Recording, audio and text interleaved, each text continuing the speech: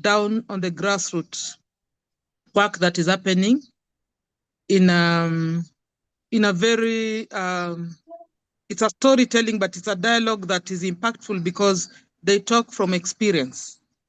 So as somebody, I think there's a lady who said she's not AI.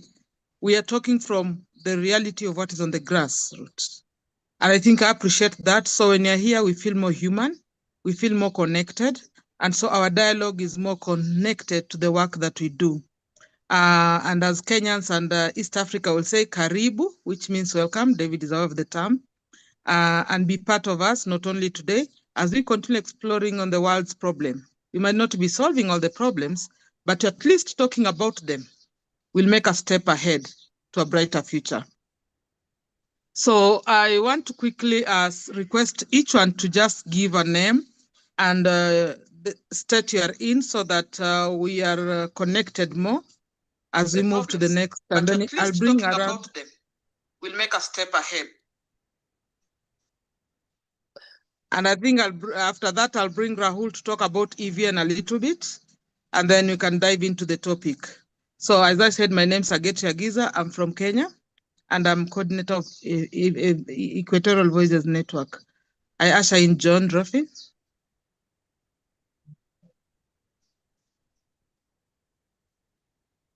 Sorry, Getri, was that a question?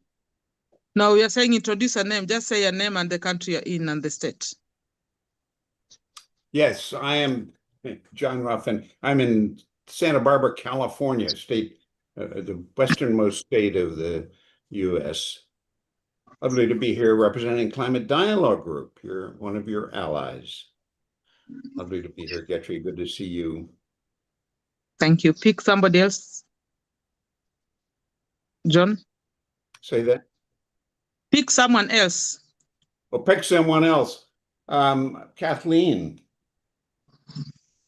Good morning and good evening, friends. I'm Kathleen O'Shaughnessy. I'm in Olympia, Washington in the U.S. And I've worked with Robert. It's been quite a while now, Robert. I think it's 7 years ago now. It's a long time. 7 years ago. With Robert and with Helen at Ray Pertz Foundation when I spent some time in Uganda. I'm on the board for Friendly Water for the World, and that's how I began to be involved with this group. And I'm a supporter of Robert's work and at the Skills Center, and been great. So I will pick Robert Corman. Sorry, apologies. Robert, could you please stop sharing your presentation? So that Robert. Yeah, Kathleen, go ahead. Sorry. She invited Robert Corman. We can't hear you, Robert. Robert Corman.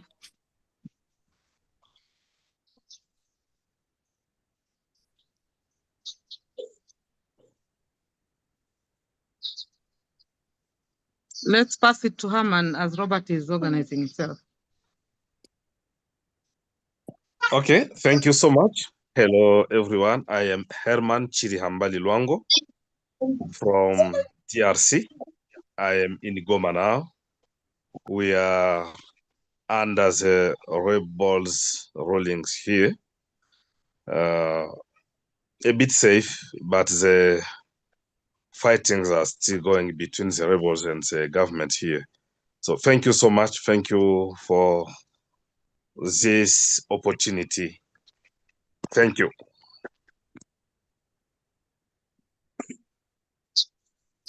Robert Corman, are you ready? I think there's we are losing your voice.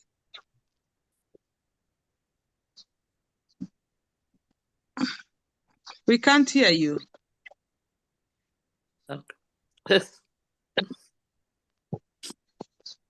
Okay, Isaac. Hi, everyone.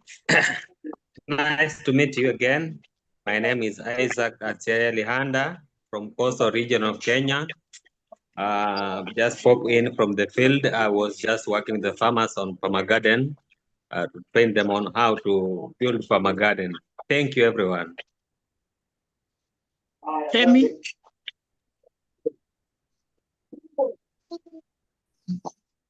I'm David Kemi, Albert, sir? the Perma Gardens Foundation and the Good for Good Network.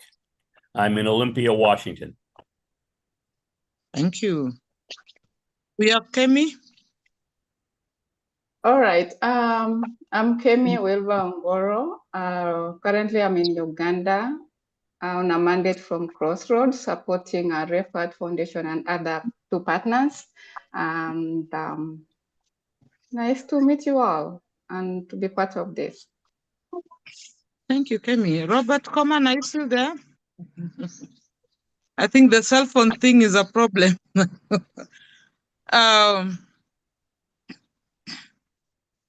I think I want to invite Rahul as you introduce. Yes, Robert. Robert Conman. Hello. Hello. Oh, good. Yes, this is not working so well.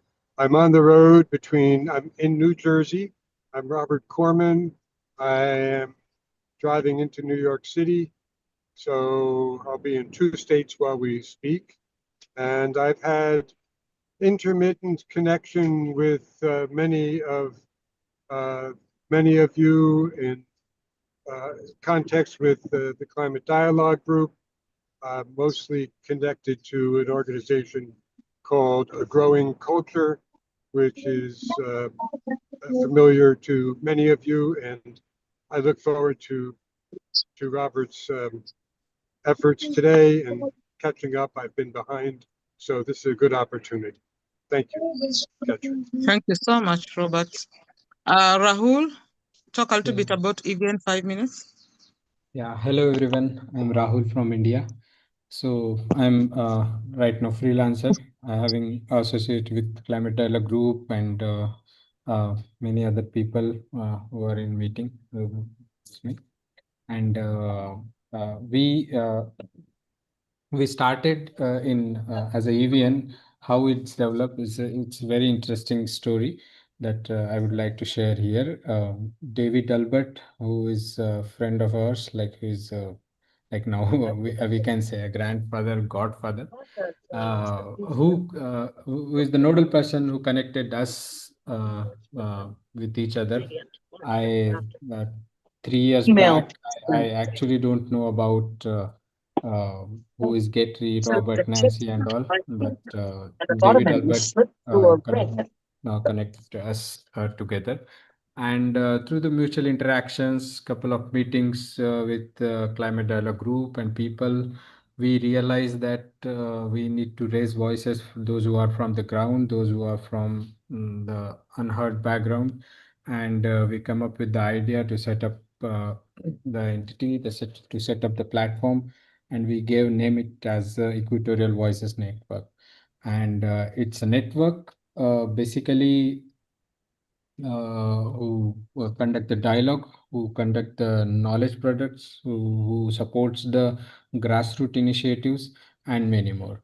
Then till now, if I'm not wrong, we successfully conducted 17 dialogue till the date in last 3 years.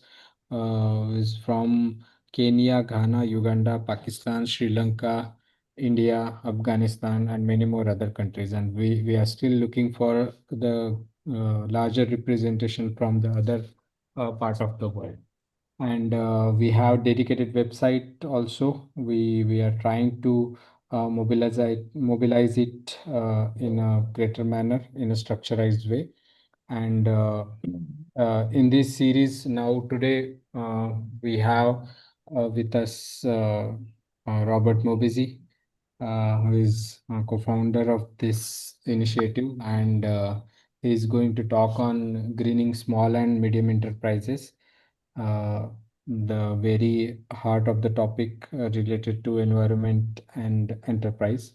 So I would like to welcome you all. I hope we hope you enjoyed the discussion and take great takeaways from this dialogue. And we also would like to invite you to share this information with your within your network to have a global reach and the larger impact.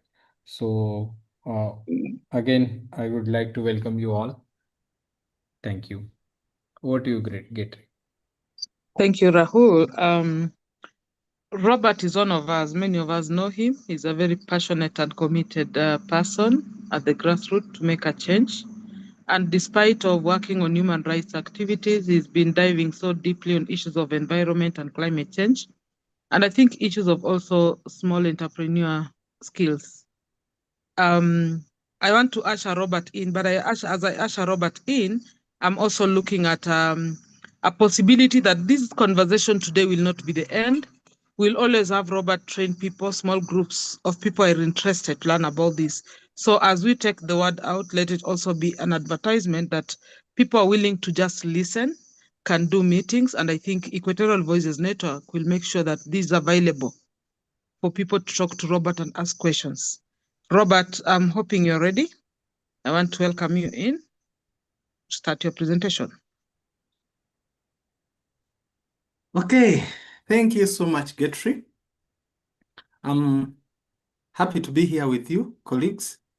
I'm Robert Mboizi from Uganda. Okay, I think we can think of starting.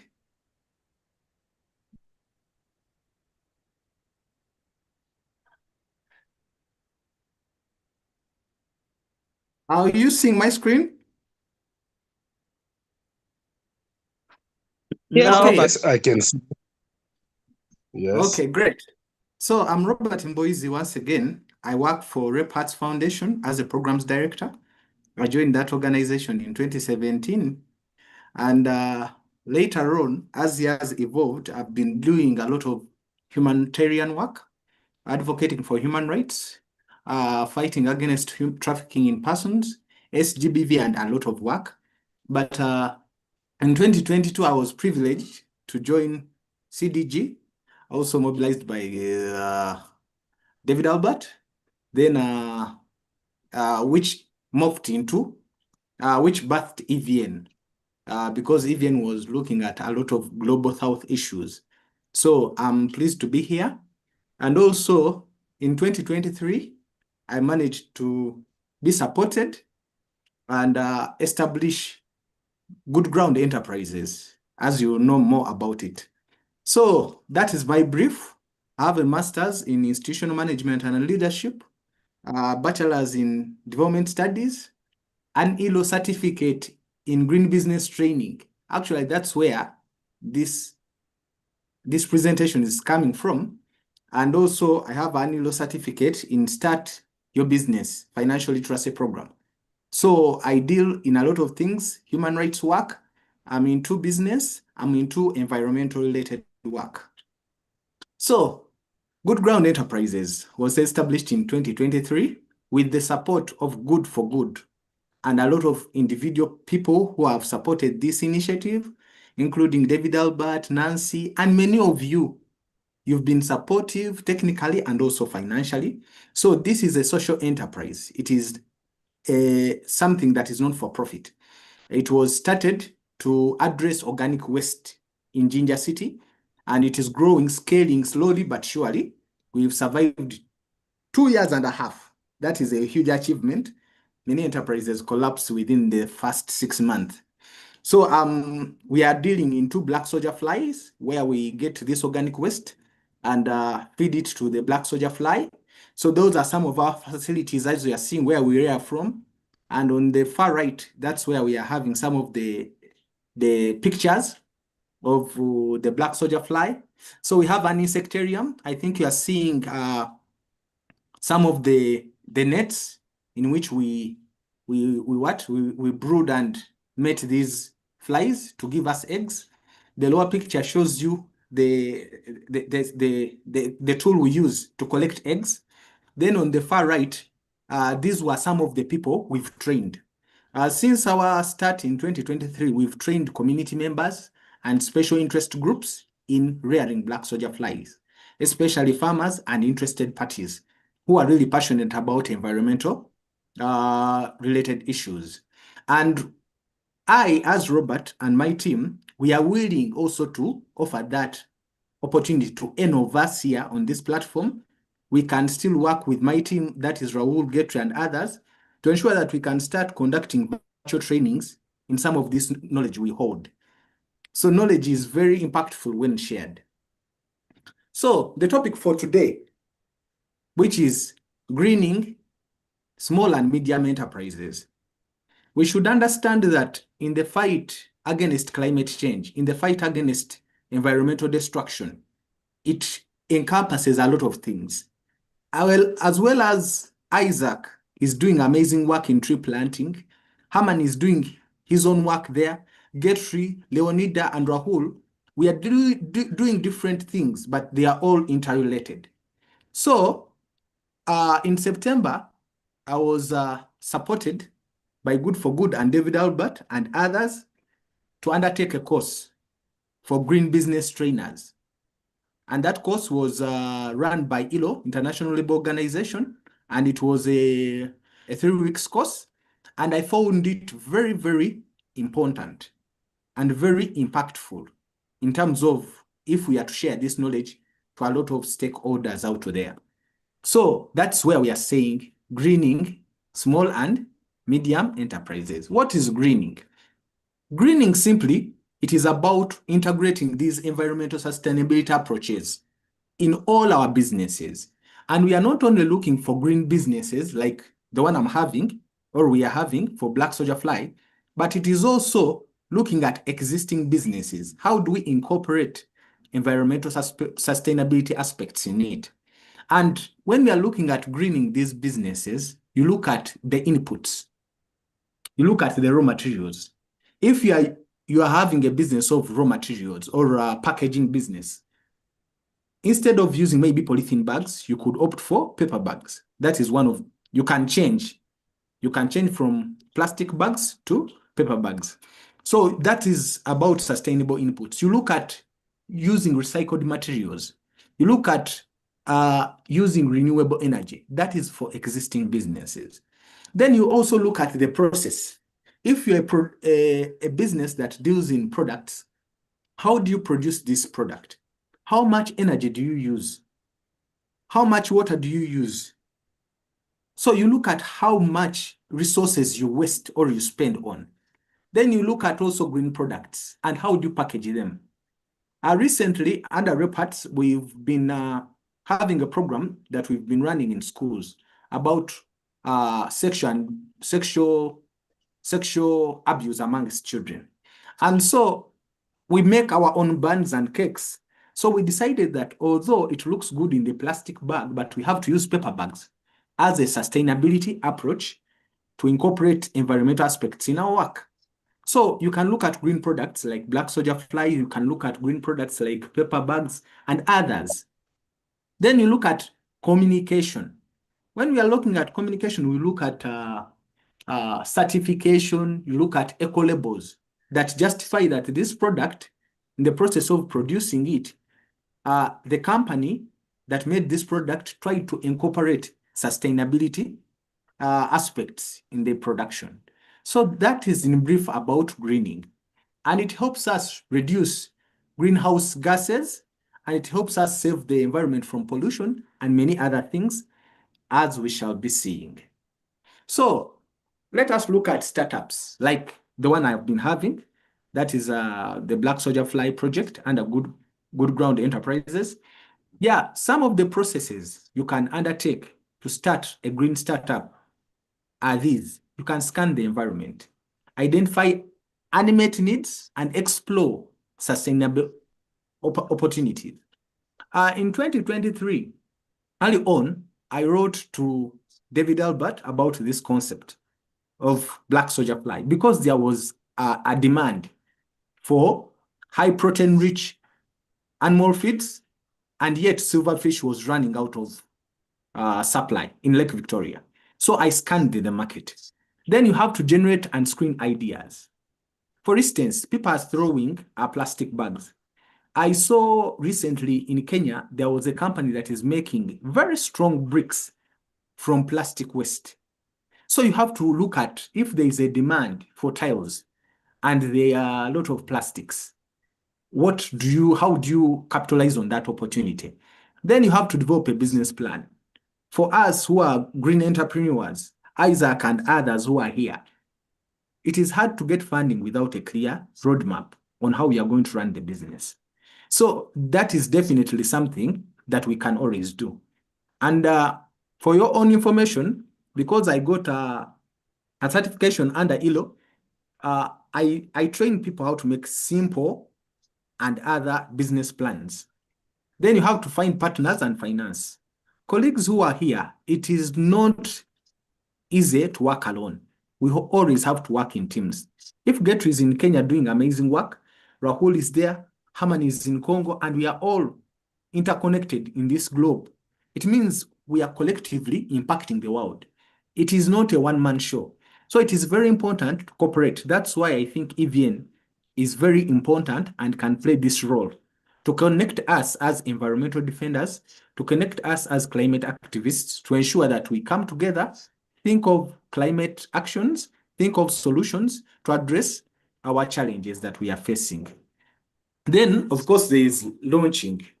Then for existing businesses, there are a lot of approaches you can use, but this is the simply way. Most businesses and organizations, including Rep Hats, have not been having a focal person who is responsible for environmental issues. It is actually something we are working on as Rep Hats, but that because it is an existing organization. But for us who are here, who are having businesses, we need to have a team or a focal person who is responsible for championing environmental aspects in the organizational work. Then after, it is important to also have an environmental policy in your organization if it is already existing.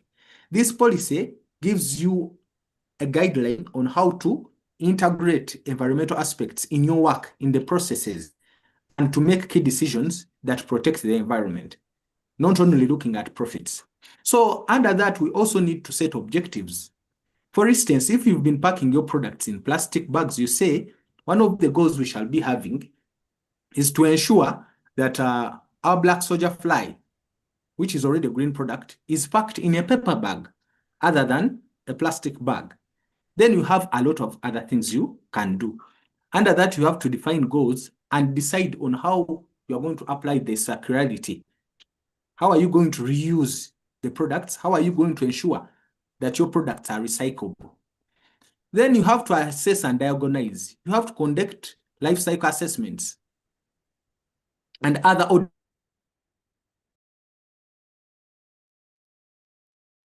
gases. Then lastly, you have to develop and implement a plan.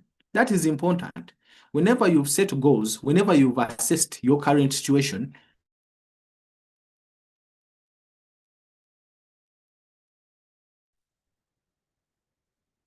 you have to develop an action plan to help address you are having a good transition from an organization that does not mind about environment to one that cares about environment.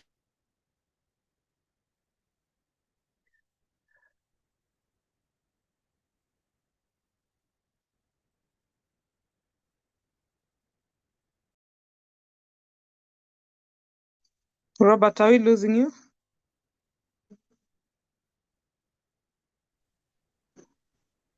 Robert?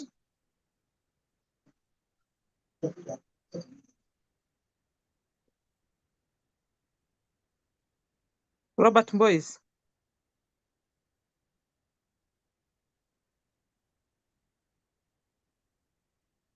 There you go. Thank you.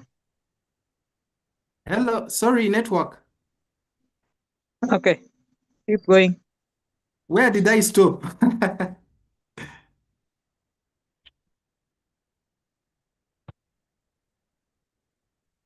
Okay, can you hear me? Yes. Yes. Yeah, so what I was saying is that as we are greening our businesses, there are some tools we have to consider. And when you are able to take part in the virtual training that will come later on, we will learn how to use these tools. But some of them are these: a carbon footprint calculator, which helps you to gauge the amount of emissions your businesses emit in the process of making a product. And it is very important to use it at the start of a project or when you are introducing a new product line, so that it informs you on how much gases you are emitting and you plan on how to reduce the gases that you are emitting as a business. Then there is what we call a resource efficient and clean production practices. This is also another tool. It looks at how you optimize resources, inputs, and reduce waste. How much energy are you using as a business?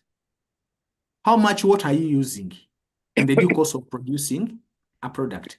And you base on that to decide on how to reduce the energy you're using, the resources you're using, and the kind of inputs.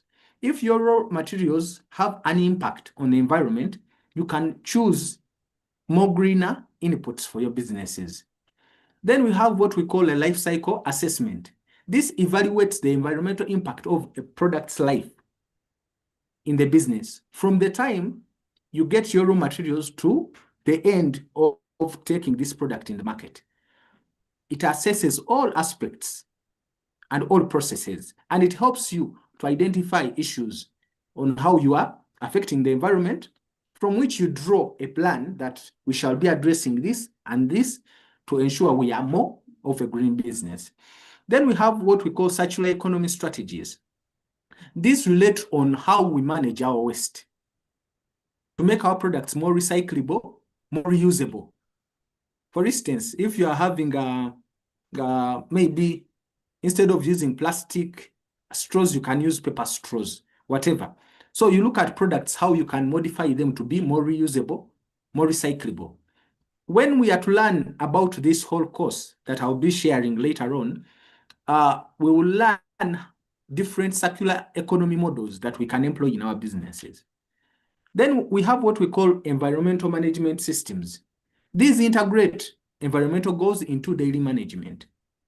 When we are discussing how to green our businesses, in the existing businesses, there was an aspect of a plan or assessing.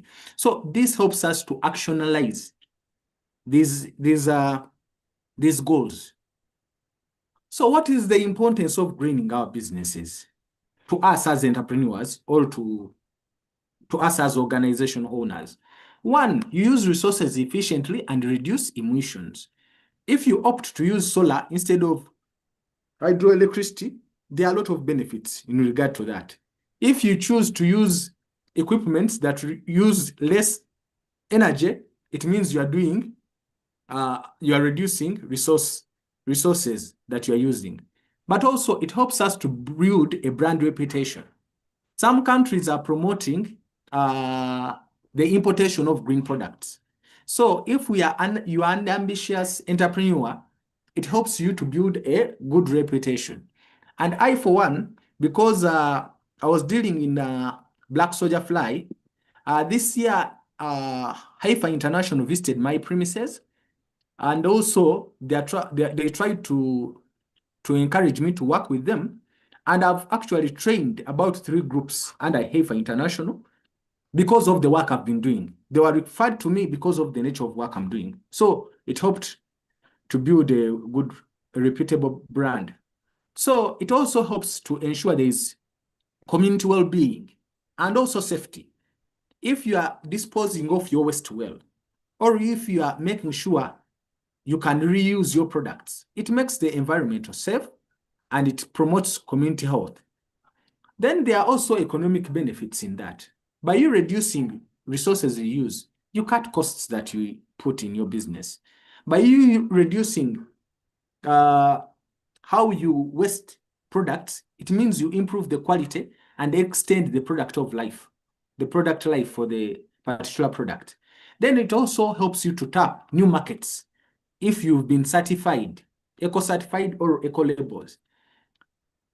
Once EVN organizes itself, and some of us who are here, these are some of the things we are going to start doing under EVN to ensure that we teach people on how to access an eco-certification, an eco-label, and how to ensure their products are green. So in brief, these are some of the things under greening your business.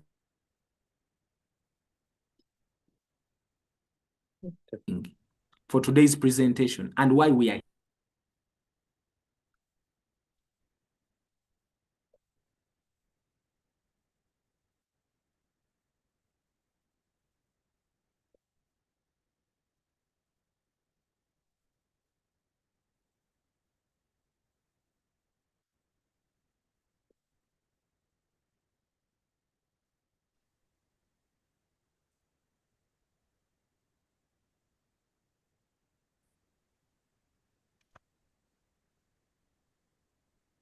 Hello?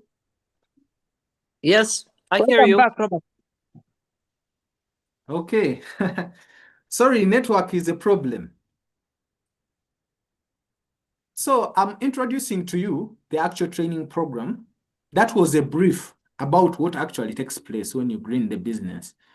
Now, the actual program is the training program that EVN will employ or will start conducting through our different social media channels, where we are willing to ensure that our members under EVN and the general public can have an opportunity to learn how to green their businesses. And this course is very important for environmental defenders, climate activists, local leaders, and also entrepreneurs. It has a lot of objectives, but I want us to look at some of the content. And when we look at some of the content, I would love very much for you to pay attention so that at the end of my presentation, you can propose that I think something is missing. We can add a session related to this, something that would be vital for enriching this particular course that we shall be training our people. So under the training sessions, we have some of these. Some of them, of course, they are introductory sessions, but also we have a session around green gas emissions and what are they. We have a session about resource efficiency and cleaner production.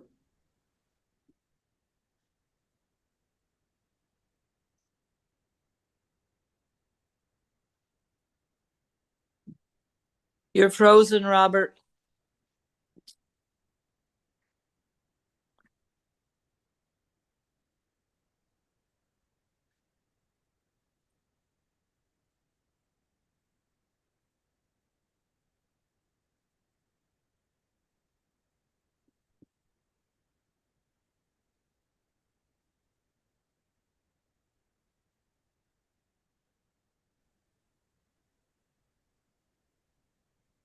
Sorry, network.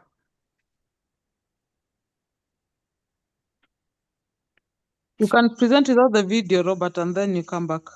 Just do your. Okay.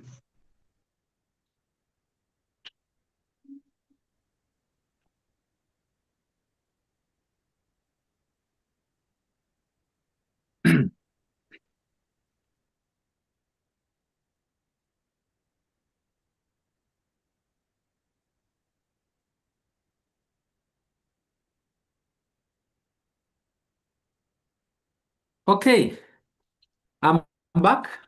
So I was talking about the sessions that this particular training program will have, and some of them I said were green gas emissions.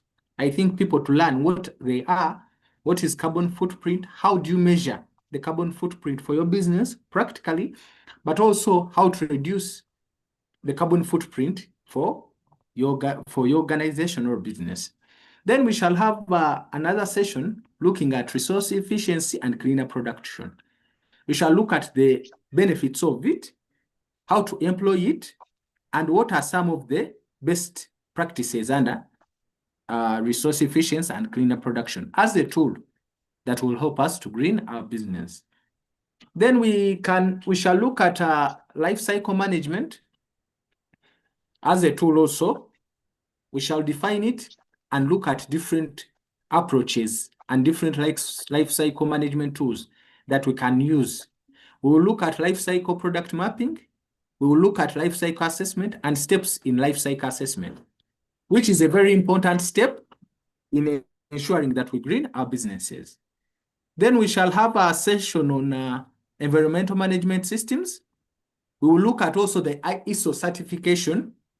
We'll look at the PDCA model under the environmental management system and perceived barriers around it. Then also we shall look at certification, which is also very important for our businesses and also organizations, where we shall look at why should we certify our products, but also what is greenwashing. I'm sure some of you are in environmental work, know what greenwashing is, and more can be elaborated when we have that training. We shall look at different types of environmental certifications. Then also we shall look at eco labels. Then still we shall look at steps and processes of obtaining environmental certification. Then session 11, we shall look at enterprise opportunities in circular economy and the business opportunities that do exist, so that people who are planning to set up green businesses can understand which opportunities they can capitalize on. Then we can look at circular business models. Then we look at how policies of our governments affect our work. We look at the importance of technology in greening our businesses and the importance of data. So,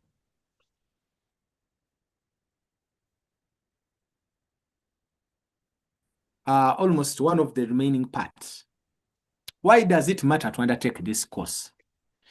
As I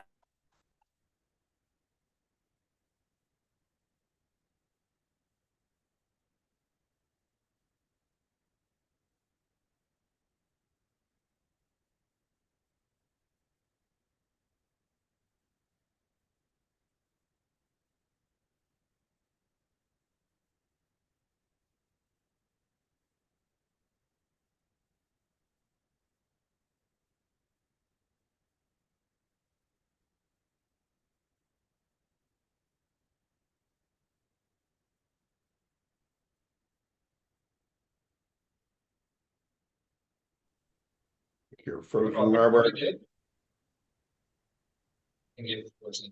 His connections are poor.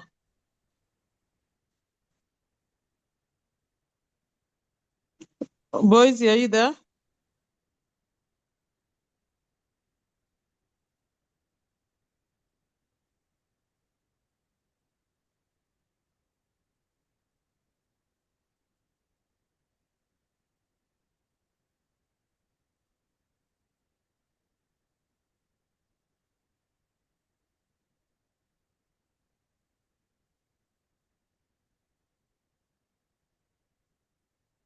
Robert Conman, it's nice traveling with you all the way to New York.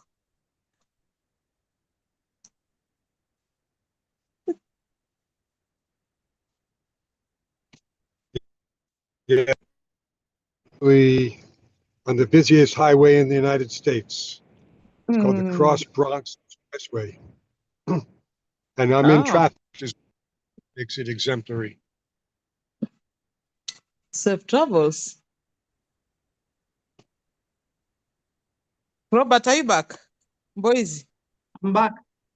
I'm sorry for Okay. the inconveniences caused. Keep going. Oh, sorry. The network has become a challenge on my end.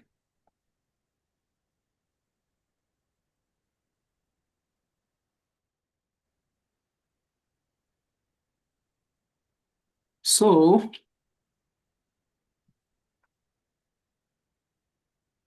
this course will help to empower leaders to implement change that we need to ensure that we accommodate greening processes and products in our businesses, but also it has a lot of benefits to the SMEs that we shall further discuss.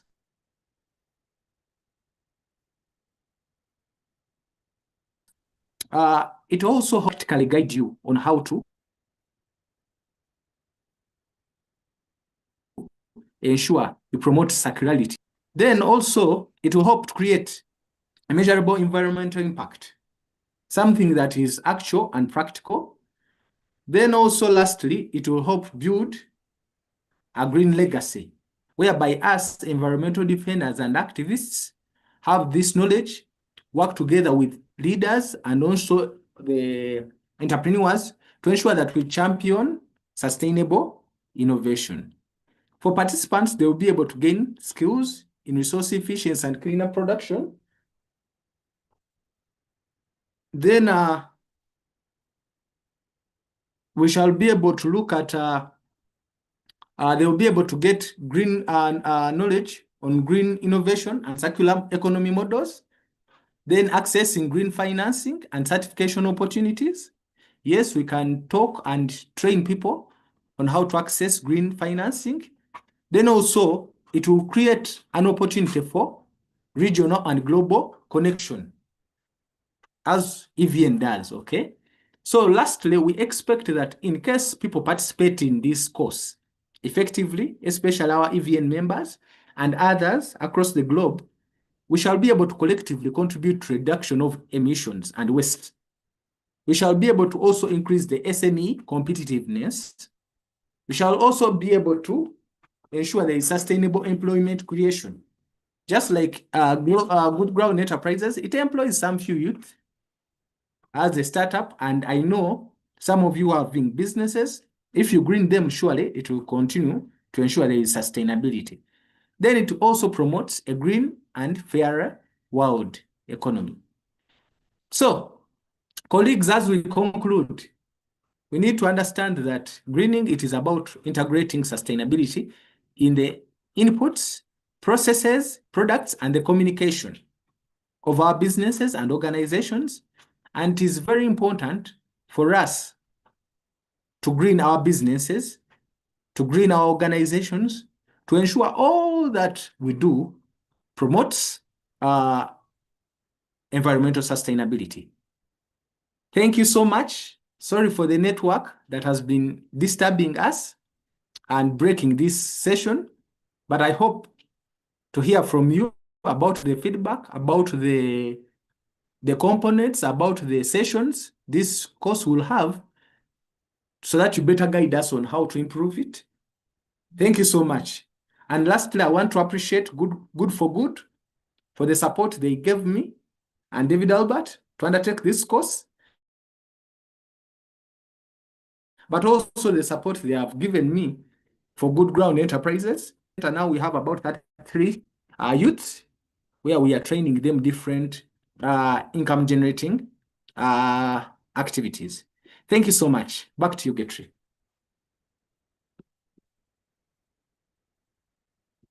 I think John Ruffin is already celebrating you.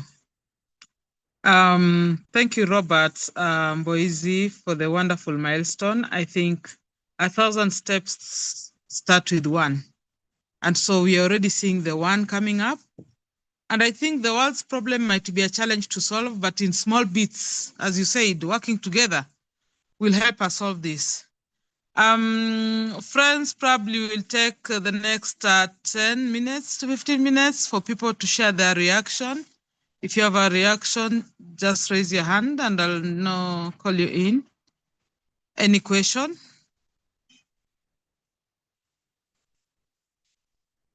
Or thoughts about the presentation?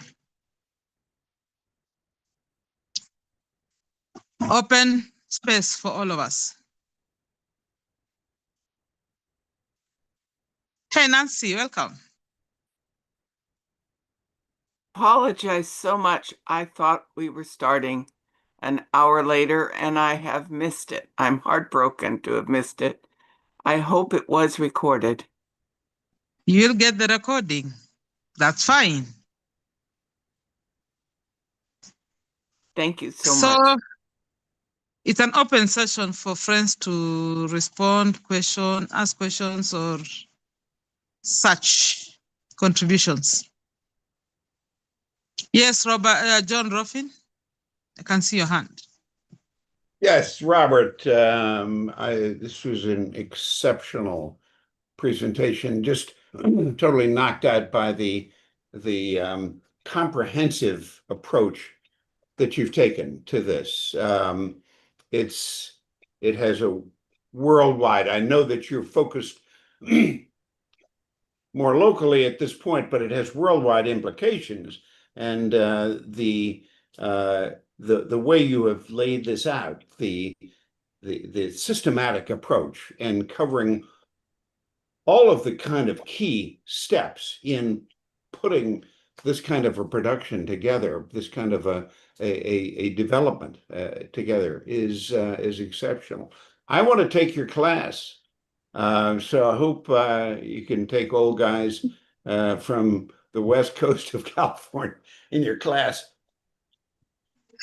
I'm a promoter, and I will celebrate this if you let me in your class. Thank you, John Ruffin. So you already have one student, and I'm sure with you we'll get another 50. Yes, Papa David. Thank you, John. Thank you, Robert, for such a good presentation. It's good to see what you were doing there. I had a question. Has anyone actually evaluated this training itself? I mean, you were trained, but who evaluated them? I specifically want to know, and when I ask that, that's a general question. As I'm always saying to people in my networks, I want to know about failures. I want to know when the training failed and why. And I'm wondering if they've done any had evaluations of themselves done. Thank you. Robert, are you able to answer that? Okay. All right. Thank you. Thank you, John, my first student. Thank you also, David Albert, for that. That very good question. The course itself, it is a bit new. I think this is the second cohort that I took part in. And I've not had a lot of time to engage with the alumni. Although recently I got a notification that I've been added to the alumni movement for this particular course, and maybe I'll be better informed. I'm presenting this as a result of the excitement of the knowledge I acquired, thinking that it will be very, very impactful and very important for many of us and others who are not able to take part in this particular training. And when they do take part in this particular training also, the ELO gives us a certificate that I have to give people who have taken part in this particular training, in case they have participated all through the sessions. So at the moment, I can't conclusively say there is clear feedback on how the course has impacted the community. On my end, these will be the first ones. Thank you. Thank you, Robert. I think the child is just being born. And so we need to pray that the child survives, breathe the air. And as the Evian continues, we'll share more about the challenges or whatever as we go on. Yes, Kemi Wilva. I just wanted to suggest to make sure that when you go on with the trainings, you have a clear evaluative tool. Okay. Robert, you got note of that? Oh, yes. Thank you, Kemi Wilva. Thank you, Robert, for a good presentation on greening SMEs. Am I don't know if I'm audible. I can hear you. All right. Okay.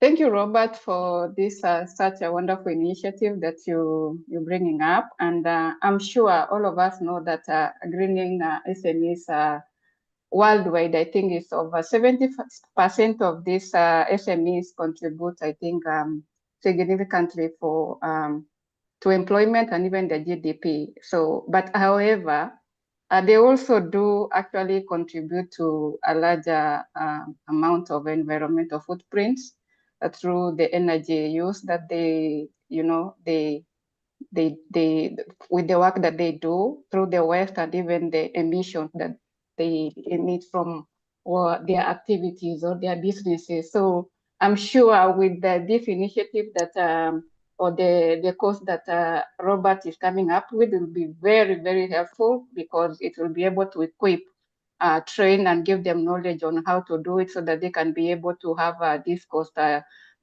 saving of many of the resources that they'll be using. And however, I think there's one thing I didn't hear about on the course about digital marketing on sustainable products. So maybe he can clarify if that is there, because I think it's very essential for that training or for that course. Okay, thank you, Wilva. Come again with what you didn't hear. Digital marketing. Yeah, digital marketing. Yeah, digital Yeah, it wasn't marketing there. for sustainable products. That's yeah, I think it will be good to include it in the course. All right, thank you for Yeah. that feedback. Yes, friend Nancy, your hand is up.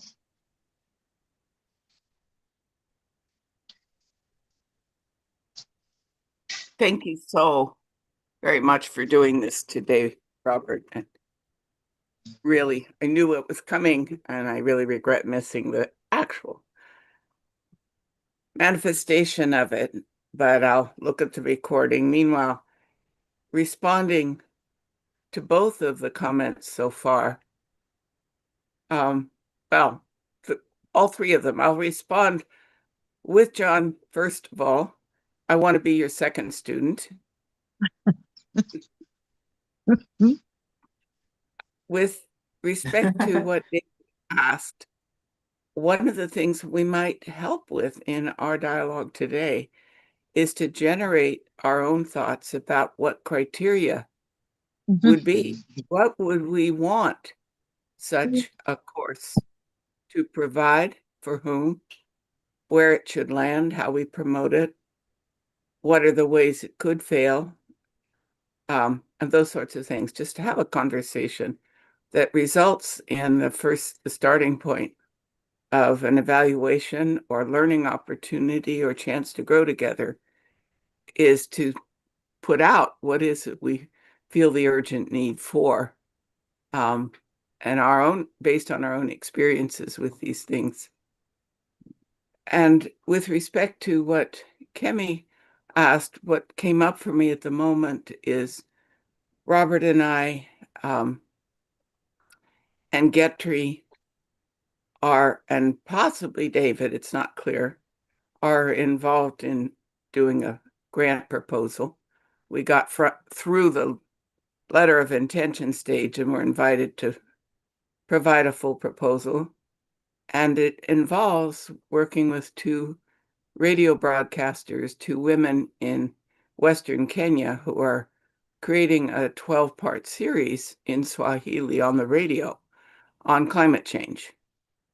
And within that, in part, they will be introducing some solutions we are experimenting with in this grant if we get it.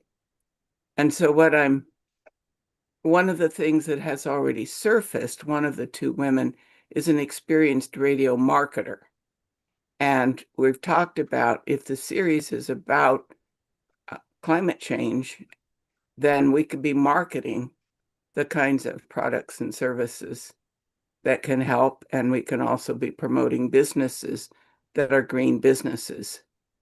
So I don't know if that's responsive to what you were asking, but it did come up for me, and it's a really important branch here, and it can take it far further than the particular presentation or program we started with. So thanks for the idea, Kimmy. Oh, forgot to say, one of the things that'll be in our grant and related to the radio show and the climate education we'll be doing is Robert will be again reaching out to business owners or would-be business owners or purchasers of business services with the information about greening small businesses and medium-sized businesses, why it matters. Okay, I'm done. Thank you, Nancy. Any other thoughts or ideas?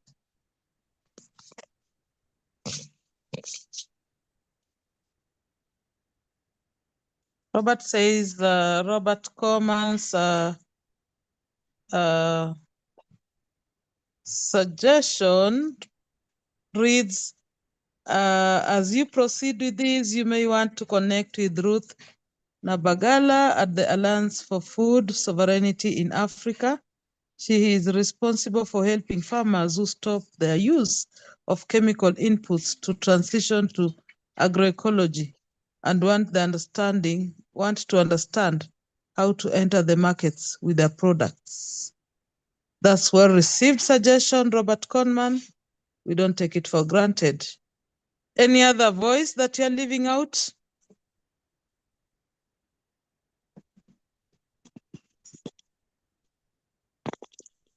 Yeah, it's me. Where is the contact, Robert Comen? So that. Rahul, you have something to say? Yeah, I have to reflect on the presentation. First of all, Robert, many congratulations for your startup. And it's a wonderful presentation that you presented. And key aspect that I can take away from how to start a business from a scratch.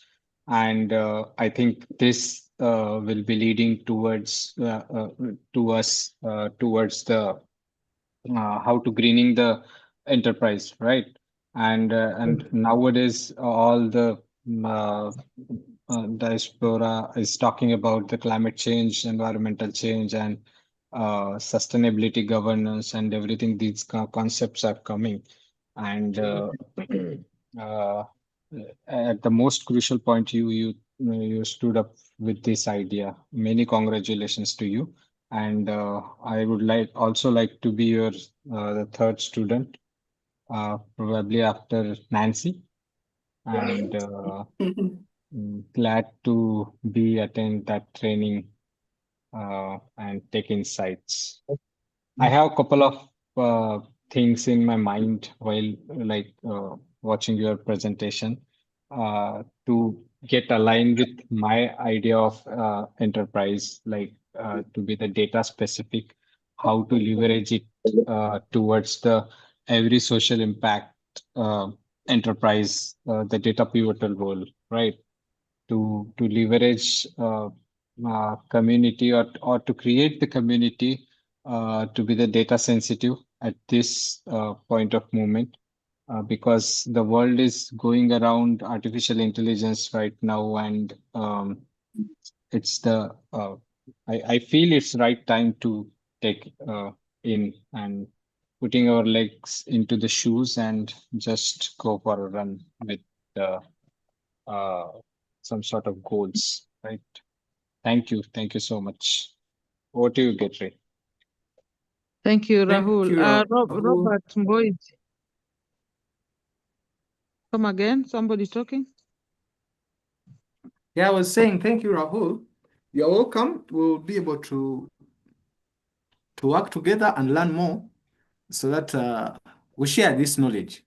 And as I've said, your feedback is very, very important on what aspects we can change, remodify, and improve. So just like we've been guided by David Albert, evaluation is also very important. After undertaking that course, your feedback is also very important. Saying, you know what, this is missing. I think this will be a good addition. This is unnecessary. We tend to think of additions, but sometimes it is also important to reduce some things that would not be practical. So I really appreciate that, Rahul. Thank you. And I think to add on that, Robert, is the idea of customizing. It might not be good for everybody. It might work different with different people. When I see somebody using an example of, let's say, for example, permagarden, and they're doing gardening, and they're showing me example of Iowa State in the US, And here I am in Kabarasi, Kenya. Different kind of soil, different texture, different way of water coming in and going. It just beats the imagination that how do we now customize it to fit to where I am? And I think that's really key, because even in Africa, we have different approaches and different methodology on what works well. So customizing is really key. Like, it should not be a rigid content, but a flexible one that can diverge. Because I know when you get to Tanzania, they have a very different weather than Kenya. When you get to Uganda, we are very close. So it will make sense. But then I look at Rahul and I'm like, in India might be quite different.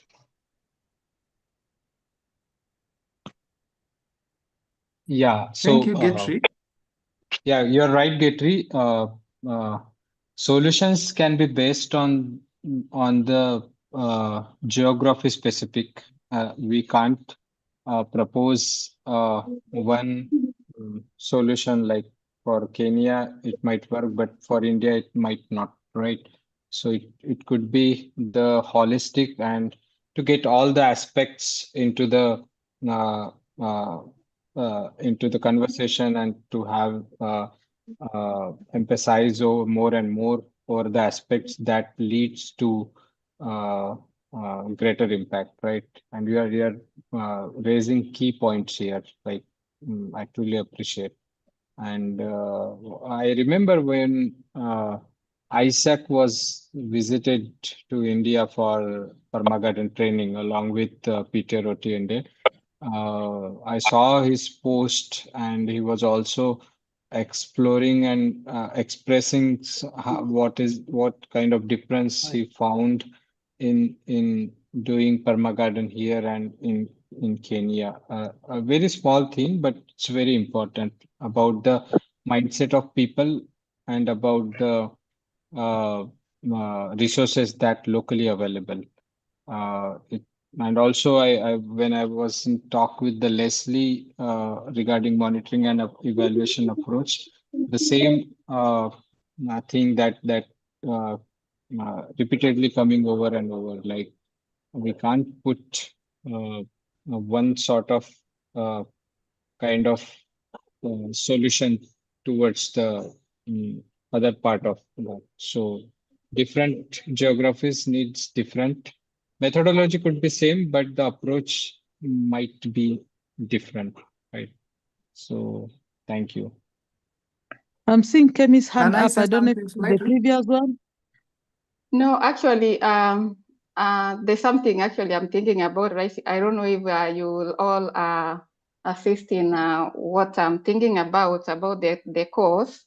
I feel like we also need to make sure that we bring in all groups in the society. They feel that they're also included in this course. So I'm not sure if it's okay if we can include like gender and inclusion in this greening businesses, because the world actually right now is all about gender inclusion and climate change. So I feel like if we bring that in, will be another good aspect of the course. That's nice. Robert, you said you had something? Okay, I want to appreciate your feedback. Thank you, Ulva. Thank you, Rahul. One, I must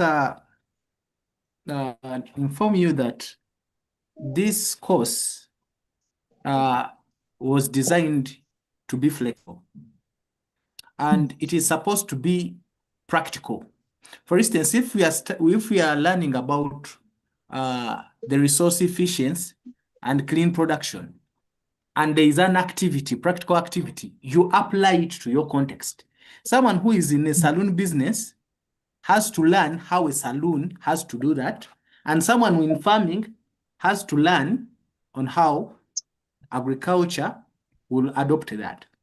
So for the contextualization, I really appreciate especially the geographical issue where we don't have control. But what I'm trying to put across is that it is supposed to be general. I know the title tells you small and medium enterprises, but I found it even important for offices and companies that are not producing 10,000 papers when you can just send mails. That is one of the things you can put in into that, you can factor in as you are learning. You also have these tools. These tools are not limited to business. The carbon footprint calculator is not only limited to business. For anything that works, any organization can actually employ it. Then about gender, I think it is a very good factor to consider, Wilva, and I think it is a good component that we shall think about of when integrating this. But this course is open for everyone, whoever is in business or not. Thank you. Thank I'm you. seeing the hand of Robert Conman. Can you hear me? Yes. Hello, can you Sir. hear me? Good. Yeah, Yes, sir. that's a Yes. relief. That's a relief, Getry. Thank you. I have a few thoughts, and they really come from listening closely to you, Robert, and watching along with your slides.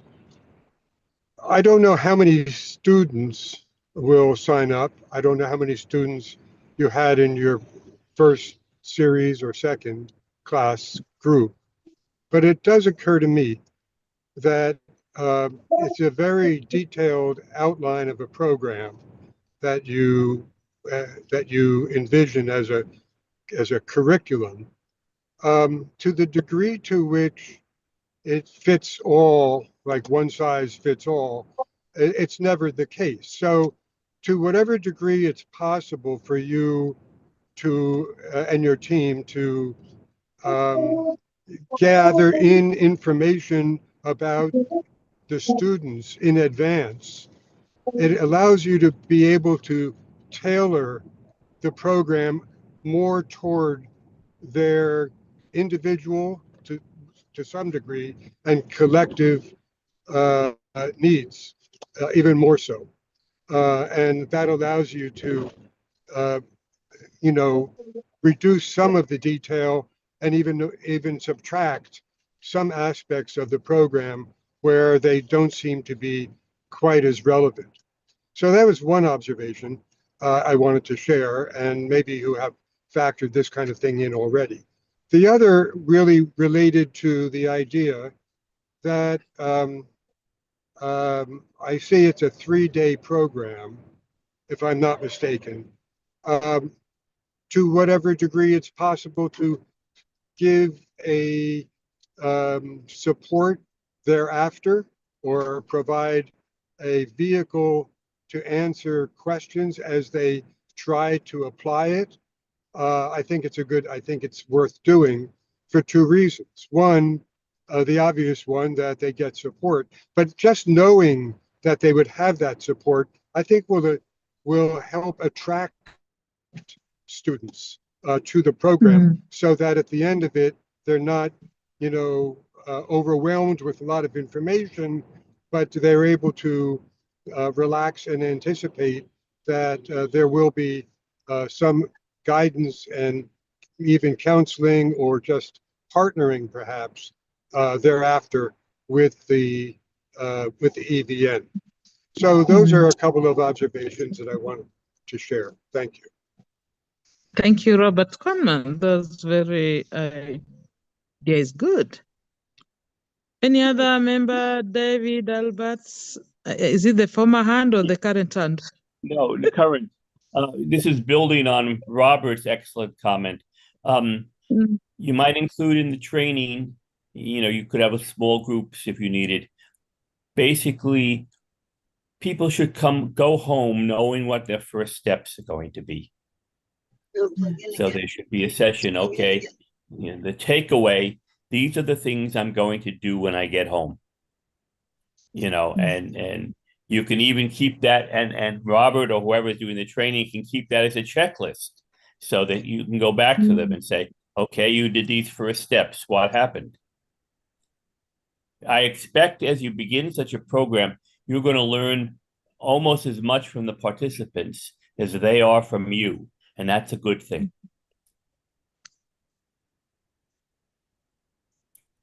Hey. Thank you so much, John.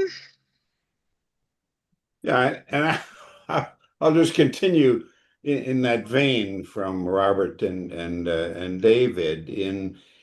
And let me just say, Robert, I would be thrilled to be able to post this initiative within the Climate Dialogue Group website to emphasize what you've got going and to draw attention back to you. I think to Robert and David's comments, the initial stages can be an interaction with students saying, wow, I'm fascinated by what your scope is and what this possibility is. Here's where I'm coming from. Here are the kind of things that I need. How can we have a conversation about either tailoring or what are the ways I can get the most out of this, given where I am in the world? I'm expecting maybe you have some folks in parts of the U.S., California, whatever, that want to be part of this class, and yet they may have some specific issues. There may be some survey questions or something like that to kind of isolate out what might be best. But if you're comfortable in sharing the presentation slides or whatever, I'm happy to make a front page promotion for what you're doing at this point, because I think it is it's dynamic, and it's what also the Climate Dialogue Group is committed to in terms of supporting the initiatives that we've been a part of over time. So let me know if that's possible and how we can do that, because I would certainly value supporting that with you. Thank you. Oh, Nancy Clark. Can I say something, Gayatri? Oh, Nancy's hand is up. Do you want to wait? Go ahead. You go ahead, and I'll say it after. Okay, I just want to appreciate the feedback from Robert Coleman. I think it was very important. And also the feedback from David and John. I really appreciate that. It is enriching our planning, and keep it coming. Keep it coming. Don't get tired. I really appreciate what you are giving us. It will help us to build a better platform and a better program. Thank you so much. And we shall share the slides so that you can also have a view after this, and you can always email the feedback. Thank you. Thank you, Robert. We have Nancy. I am thrilled with the feedback you're getting and the ideas and the enthusiasm. And I am hopelessly always in a y'all come mood. The bigger, the better, the more diverse, the better. There's a part of me, however, that I'm struggling with as I'm hearing it. Of all the classes I've ever taught over a lifetime, one of the two most difficult was where I had well-intentioned and capable students, but coming from very, very different levels of background and really different needs in the how the course would work. And I'm wondering about there being perhaps a first course where people come together who have much in common with respect to their needs and the situation they're in, and they can relax with each other. They can be open about the needs, and you can be addressing them at the level and around the topics of most concern to them. They might be diverse in other ways, which is good, but as to the focus of the teaching and the learning together, it's much, much easier and much more fruitful for them, perhaps, to be in that kind of situation. It could be that there could be a second level, a second course that you offer, where people who've been through the first course in a kind of very similar group could be in a group where there was a lot more diversity and benefit then from that as well, because there's obviously much benefit once you've got your feet under you to reaching out and exploring differences. And my second point is, important as it is to account for the differences, there are commonalities that can be highlighted. It's kind of the distinction sometimes between the notion of principles versus rules. Principles are the common agreed upon understandings. The things we're talking about right now are, in a way, general principles about how to go about teaching this kind of class. And they're complemented then by identifying within those what the real differences are. So I want to have both in there. And I think the easiest way to accommodate actually getting down to the nitty-gritty of particular situations is perhaps to do some separation of initial instruction.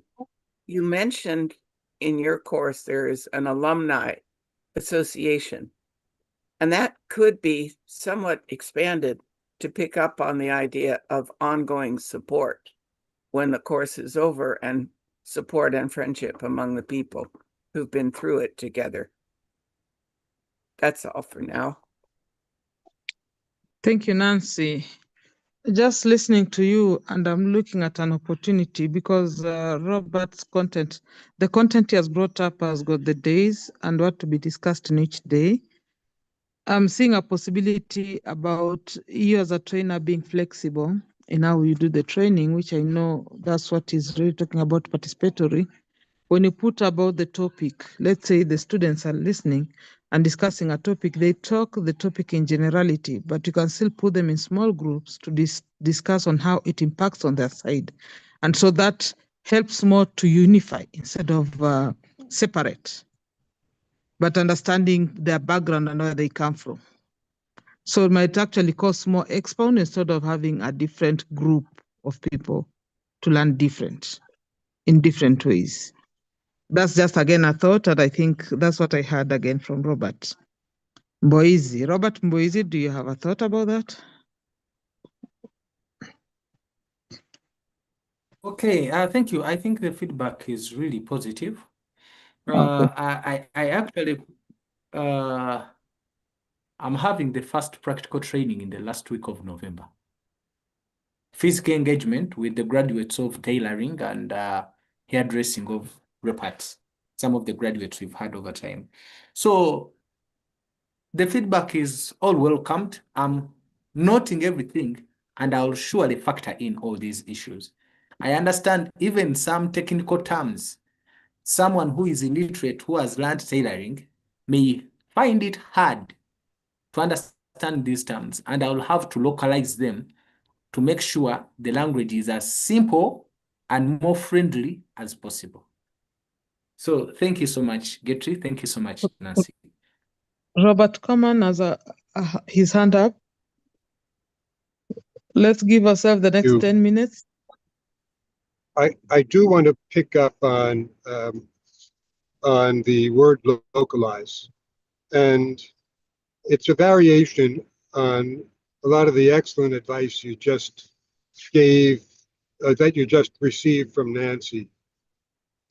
And that's that there is some real value in building within some local regions an invitation that goes to the various prospective students.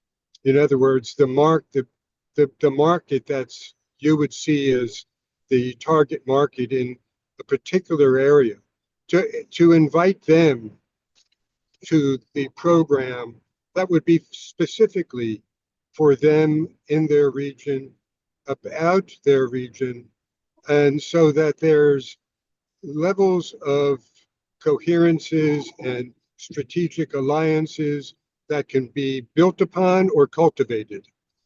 And it just occurs to me that they can become their own support system, as well as a resource for their area to build upon. So all you really need are a handful of those that complete the first and maybe second program courses in order to establish a quality presence in an area. And I think that has a capacity to really deepen some roots and shift the culture from what it was to what it might be and what it then can realize. Thank you. Thank you. Della, welcome.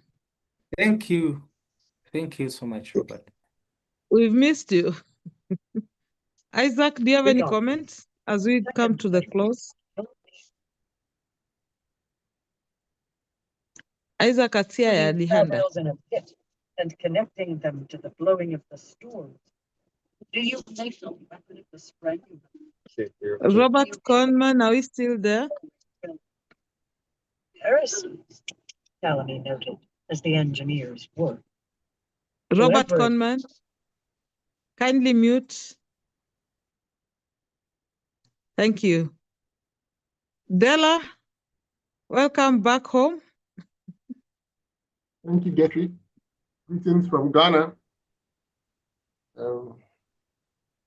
We've missed you. I have missed you all too.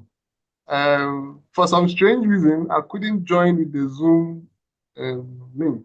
So I was listening to the presentation on YouTube. And I think that it's a great thing we have a YouTube option.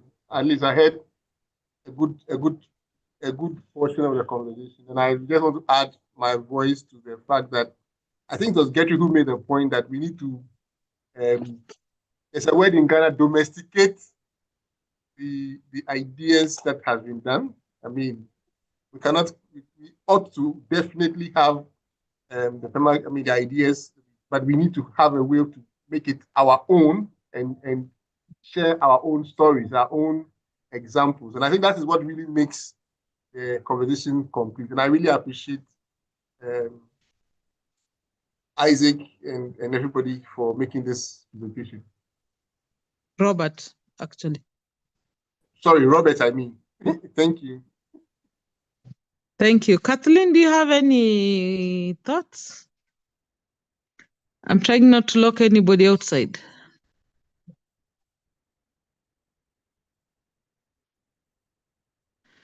So friends, Robert, any thoughts? Because you're getting into the closing moment and everybody will give at least a closing thought.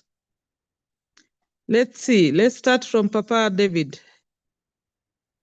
Closing reflection. Can you hear me? Hello? It's Kathleen. Oh, yes, Kathleen. Come again. Okay. I've been here the whole time. I heard everything, but I couldn't get on. Something is going on with my network. But anyway, I just wanted to comment to Robert. That's an excellent presentation, Robert. And one of the things I appreciate, having been an academic for so long, there's a lot of people that have lots of instructions about what to do. But what I appreciate about you is that you are also doing it. I'm in favor of boots on the ground, and you've got your boots on the ground with the green ground and the skills training that you're doing in the Black Fly project. You have your hand in many different pots. And my concern is that you don't overextend yourself. You know, I've been a supporter of you for a long time. And I've been the supporter for a long time. So, and I certainly am now. So you're doing great work. Keep it up. And this is a good group to take counsel from. Everybody is quite on board with your projects and the work, and I appreciate that. Thank you. Thank you, Kathleen. Papa David, closing remark. So thank you, Robert. I'm excited about your new venture. And at some point, we will have privately a philosophical question as to whether green and businesses is an oxymoron. whether in fact there really is such a thing as green business. And I'd love to have a philosophical conversation about that, but not to hold you up from your work, please, because your work is wonderful. Thank you. Thank you so much. Thank you, Papa. Our friend John Ruffin, closing remarks. Yes, Robert, just second so many of the comments. You've gotten many comments, many rich comments. I'm impressed by the thought and the sophistication which you've put into this presentation. It is one that I think can appeal far and wide. The other caveats that you've heard from others are it may not appeal to everybody as presented, and how to find those common pockets. I would suggest and imagine that having that caveat at the outset, that take what is important and valuable and operable and active and actionable from this, and it's going to appeal to different levels. Again, I'm excited. I want to be one of your students, and let me know how the Climate Dialogue Group can support this initiative with you. Send me anything that we can put forward. So blessings. Wonderful to be with all of you. And thank you so much, John. Kemi, closing remarks. Kemi.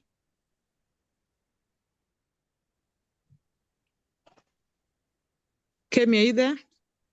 Yes, yes. I just want to take this opportunity to thank Robert for this wonderful presentation. It was informative and very full of insights. And my thought is just to say that whatever that he's doing on greening these SMEs, this is a form actually of climate justice, and many small businesses do work within communities that we are in, and they're already vulnerable, some of them, to the impacts of climate change. So supporting them to adopt adopt to sustainable practices, as he's doing, protects both their livelihood and even the environment. So keep up the initiative, kudos, and continue with the work that you're doing. I'm very happy for you, actually. Very happy about what you're doing. Asante sana, Kemi. Robert Coleman. Thank you. Closing remarks. You're muted. Robert Coleman, you're muted. Okay.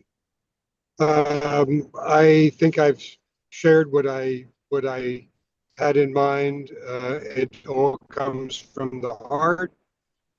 The idea of deeply caring collectively is what it's all about.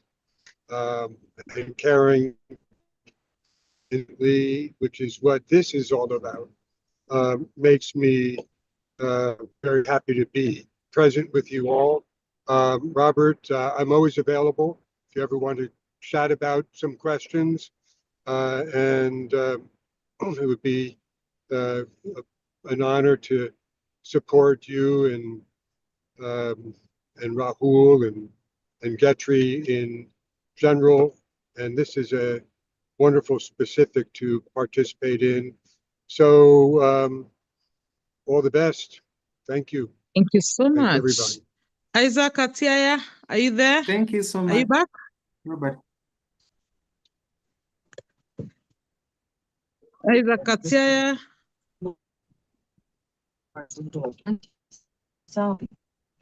Rahul, Isaac. Yes. Can you hear me? Yeah, give us a closing remarks. I'm just staying muted mode because my neighbor here is having a marriage ceremony, so there is a lot of noise here, but I'm very happy with the representation from Robert. We will learn with time what he does with the green businesses. We need to adopt it and assist the community affected by climate change here in the coastal region of Kenya. So I'm very happy. I will get in touch with Robert so that I learn slowly from him. Thank you very much. Thank you for the good representation today. Thank you. I'm done. Isaac, tell your neighbors to share food. Ceremonies are with food. Yeah, with Thank you, food Isaac. and Nancy. a lot of fun. Yeah. Okay, thank you. Nancy, closing remarks. And Ray, say hi to Ray. Ray has something he wants to say. I'll make my closing remarks and then I'll pass it on to him if I may. First of all, when you and Robert have the philosophic conversation, I would very much like to be there and talk about what the word business even means and what the word green even means. Meanwhile, I think what you are teaching, the need for it and interest in it is enormous. And I'm very interested in promoting it and spreading it. My concern is I want to spread the word, but I don't want to spread you too thin. And an ongoing challenge for us, I think it's a challenge I'll drop in the lap of Equatorial Voices Network and also of John Ruffin and the Climate Dialogue Group, is how we replicate the knowledge as people get excited about it without losing it along the way, where it gets spread so thin that the quality of it is diluted. And yet many other people need to take up the voicing of it and the practice of it. So it's really important to me that what I think of as that second stage, usually called the trainers. And you've just been through that yourself and you know it very, very well. But it's wanting both to spread it widely and yet allow you the depth and richness and variety of things that you do so well. And with that, I will thank you very much for the discussion part and very much look forward to going to YouTube. And it was a brilliant move. I think, Rahul, probably yours, to have this actually go over YouTube while we're doing it together here. And pass it on to my husband, Ray. Thank you. For the reasons explained by Nancy earlier, I did not hear this morning's presentation. I'm looking forward to that, listening to that recording. And I have, from previous contact, already learned much from Robert about many, many things. And he is, and people here will understand that this is no exaggeration as to why I consider Robert to be among the people in the world that I most admire of all the figures in the world that are worthy of admiration. I joined Kathleen in her cautionary note that Robert does so many good things in so many areas. It's important that he not get burnt out, and especially that he has his health challenges. And we who are inspired by Robert need to, as best we can, help share the load so it doesn't always, so much of it fall on Robert's shoulders. So thank you for all the work you've done, and please make sure that your resources also go to supporting yourself and keeping this wonderful work going. Thank you so much. you Apart so from much. Rahul, anybody I'm leaving outside? Yeah. Oh, So this makes me emotional right now because while reflecting towards the Robert presentation and all, it get back to me 2.5 years back probably with conversation with David, Nancy, and all of you guys. Like when we were thinking about the expansion of EVN, and we all haven't have any idea like where we are going, where we are moving, and all. We like Robert Guthrie and I were talking three sorts of different things at the similar space. Robert is talking about the impact. I am talking about the technological things, and Getri is talking about the kind of fundraising and some sort of very different things.